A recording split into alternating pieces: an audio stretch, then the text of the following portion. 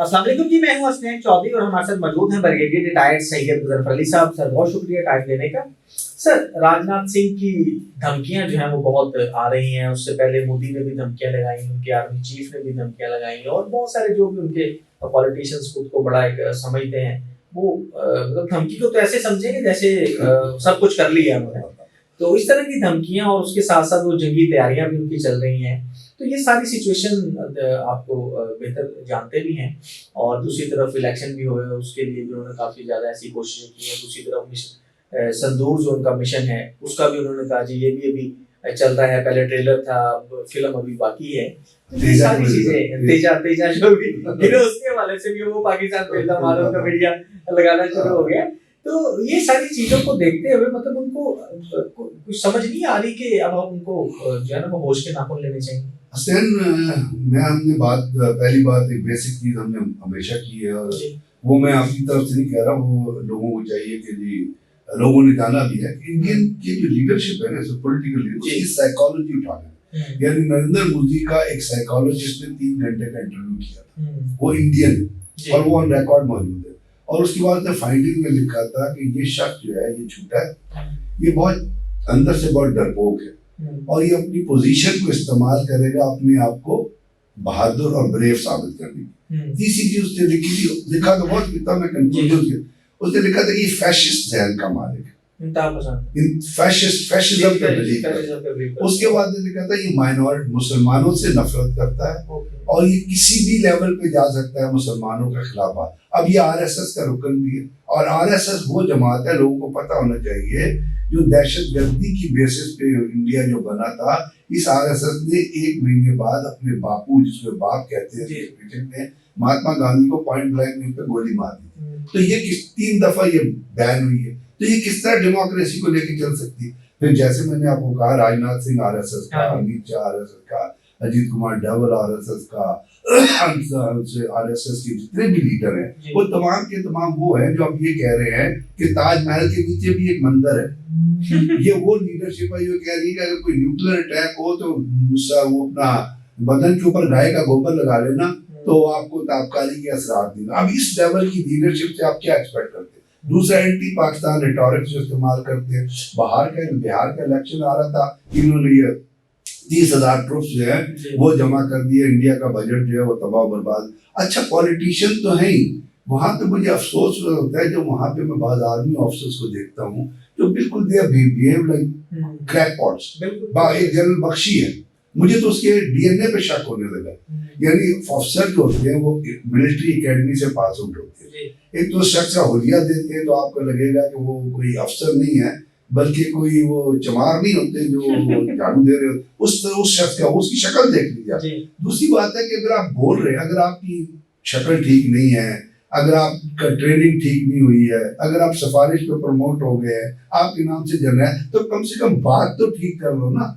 अब वो बात जो करता है, जो कहता है कि तेजा इसलिए गिरा है कि पाकिस्तानियों ने उसके ऊपर जो है जादू कर दिया।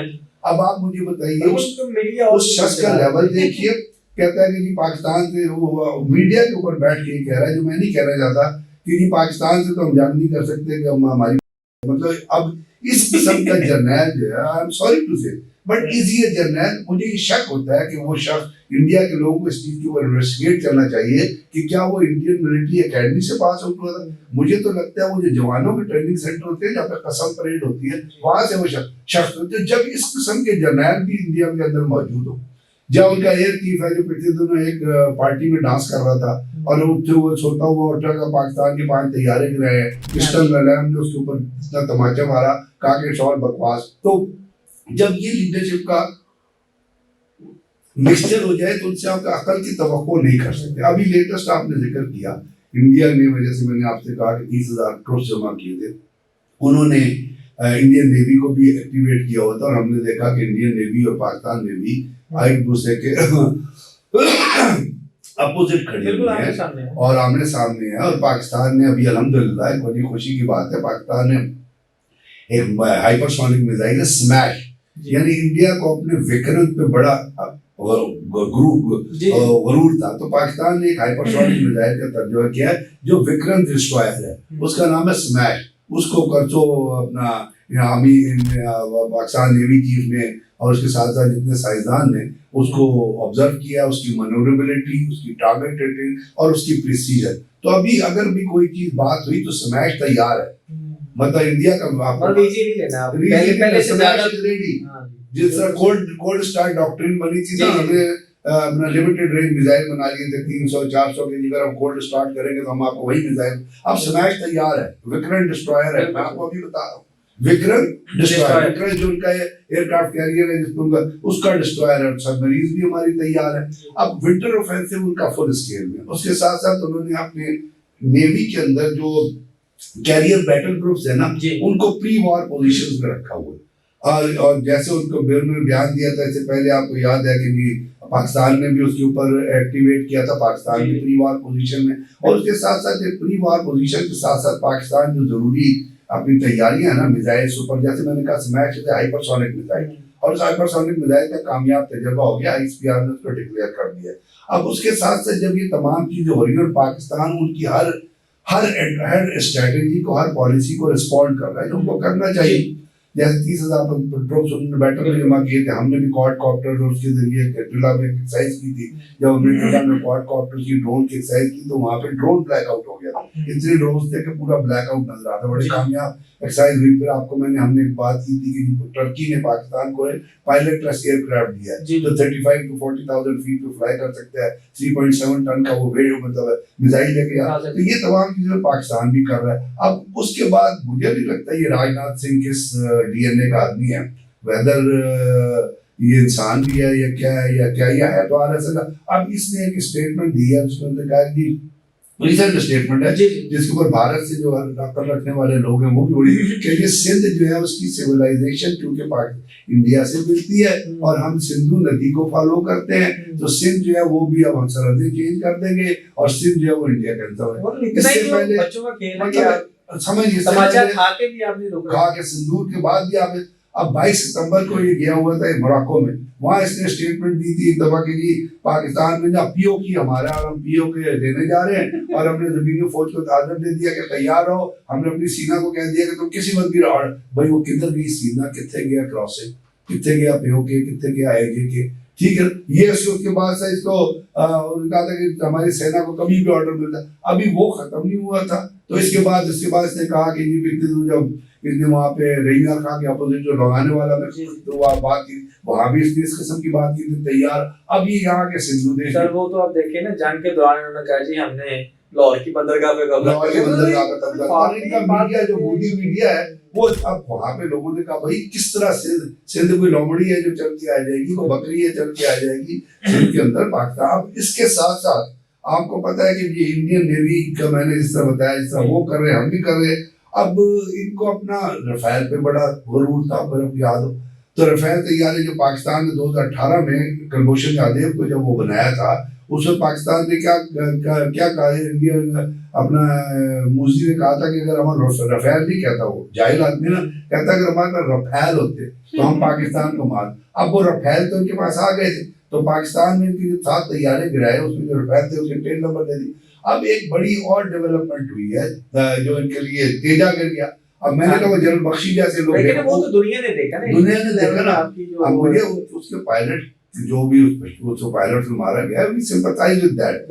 लेकिन ये है कि वो जो तेजा जो गिरा है, जब आपकी मशीन ही खराब होगी, जब वो मशीन मैन्यूवर ही नहीं कर सकती, यानी उसका इतना कैपेसिटी नहीं थी कि जब वो नोज डाइव नीचे आता तो जहाज को उठा सकता, या जो ये पायलट है जो बार तेजा जो तबाह हुआ उसको आप कब से डेवलप कर रहे थे, 2001 से डेवलप कर रहे थे। पाकिस्तान ने JF-17 थंडर उसके बाद डेवलप करना शुरू किया। अब रफेल तो इनके पास हैं, रफेल के अभी रफेल इन्होंने 26 रफेल जो है वो इन्होंने नेवी में इंडक्ट कर दिए थे। फ्रेंच कंपनी को ऑर्डर दिया हुआ था कि 26 रफेल जो है नेवल वर्जन की वो आपने हमें डिलीवर करने, उनके डिलीवरी का टाइम आ रहा था। तो भारत नेवी ने उनको लिखा रफेल साल 100 जो कंपनी है कि ये आप हमें जो हमारे 26 जहाज है वो डिलीवर करें। तो आपको पता है रफेल ने क्या जवाब दिया, हमारे सुनने वालों को पता होना चाहिए। रफेल ने खत लिखा है जिसको उन्होंने कहा कि जी आपके पायलट जो हैं वो रफेल उड़ाने के काबिल नहीं है। तो सीधा सीधा अगर आप रफेल नेवल वर्जन लेना चाहते हैं तो अपने पायलट्स को हमारे पास भेजें, हम उनको 10 हफ्ते की ट्रेनिंग करवाएंगे। उसके बाद हम उनका बैटल टेस्ट, एयर वर्दी टेस्ट, एयर एफिशिएंसी टेस्ट, ये चीजें उन्होंने मेंशन की। और जब वो उस चीज में पास हो जाएंगे और हमें ये सेटिस्फेक्शन होगी कि वो रफेल उड़ा सकते हैं, तो फिर उस वक्त हम अब आपका ऑर्डर तैयार करना शुरू करेंगे। क्या बात है। ये लेटेस्ट में आपको डेवलपमेंट बता रहा हूँ कि उन्होंने कहा जी ये जब कर लेंगे तो उसके बाद अब इन्होंने क्या किया है कि जैसे मैं आपसे कहता ये तो लेटर उनके पास आ गया, अब वहां पे ये चूंकि बार बार थ्रेट डेवलप कर रहे हैं, यानी पाकिस्तान के ऊपर प्रेशर करके और दुनिया में थ्रेट डेवलप कर रहे हैं एक्सरसाइजेस के जरिए, तो जहाँ पे बहिरा अरब और खलीज बंगाल मिलता है ना आपस में, जो उनका कॉन्फ्रेंस होता है, वहां पे उन्होंने अभी एक नया नोटम जारी किया। नोटम होता है जो आपको होता है वो पहले उन्होंने किया था, सबसे पहले तो इन्होंने इससे पहले उन्होंने किया था, इससे पहले वाला जो था मतलब पहले 100-300 किया, फिर 1400 का नोटम दिया। इस दफा जो नोटम जारी किया वो 1675 मीटर, 1675 माइल्स का, किलोमीटर का है। यानी ये बार बार इस चीज को बताने की कोशिश कर रहे हैं कि हम किसी वक्त भी कोई भी एयर एक्टिविटी जो वो कर सकते। तो बात ये है कि यहाँ पे मैं सिर्फ इतना कहूँ चाहूंगा, और बहुत सारे लोग ये कह रहे हैं कि बेटर सन शुड प्रिवेल।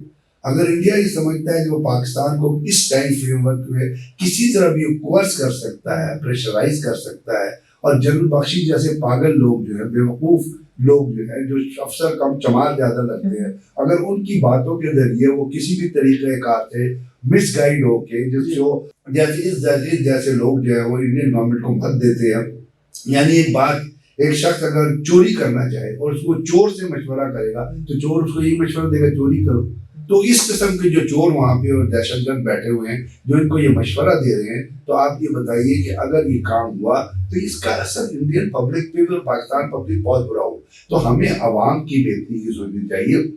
जो पैसे ये इन एक्सरसाइजेज को, मनूवर्स को, उनको मनूवर करने में, उन चीजों में खर्च कर रहे हैं, उनको बेहतर ये है कि बॉम्बे में जिन लोगों के पास पब्लिक टॉयलेट नहीं है, जिन लोगों के पास पीने का पानी नहीं है, जिनके पास पहनने की चप्पल नहीं है, वो 85 करोड़ रुपए जो 1 किलो 85 करोड़ लोग जो 1 किलो अनाज पे रहते हैं, उनको अनाज प्रोवाइड कर दे। पाकिस्तान के अंदर अल्लाह का शुक्र है वो भूखा नहीं सोता है। हमारे अंदर इतने फिलंथ्रोपिस्ट अदारे हैं कि हर आदमी, तो इनके यहाँ जो भूखे सोते हैं, कम से कम उनको पाकिस्तान के अंदर हर बंदे के पास जाने के लिए एक टॉयलेट है, तो कम से कम अपने लोगों को टॉयलेट बना दें, अपने लोगों को पीने का पानी दे दें।